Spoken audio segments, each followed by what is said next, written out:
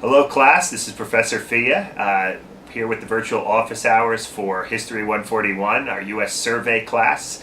Welcome back to the office hours. The Founding Fathers are with me. We'll be getting to them, by the way, later in the semester. We'll be talking about them. Today, what I want to do is talk about how to read your textbook. Now, we have this huge textbook, right? This is actually the instructor's manual called Of the People. We call it Oakes after the first author, James Oakes. How do you process this thing? I'm having you read a chapter a week. What's the best way to read this thing and get the most out of it? Couple tips.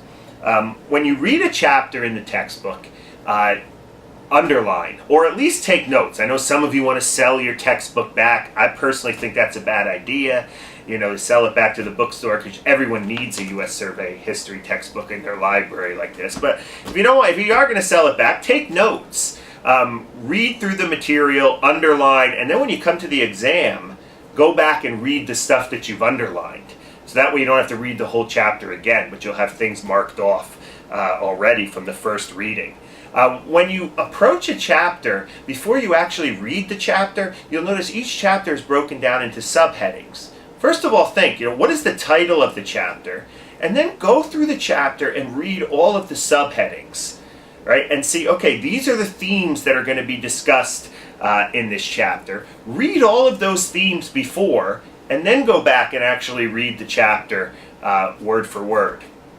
When you're reading, don't worry as much about memorizing names and dates and so forth, but look instead for themes and the arguments of different sections, and each subtitle, right? What is the point? What is the main theme? If you could summarize this subsection or the material under this subtitle in one or two sentences, what would it be?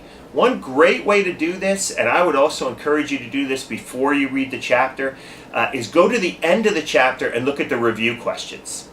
Those are going to be questions that are related to larger themes in the book. And as you're reading the material, think about, even have those questions in front of you and think about how you're going to answer those review questions as you're reading along. Those review questions will give you some of the major issues rather than focusing on the minutia, the details. It'll help you to think about the major issues and themes in the chapter. One quick word here in conclusion. Do not think that reading the textbook is a replacement for coming to lecture.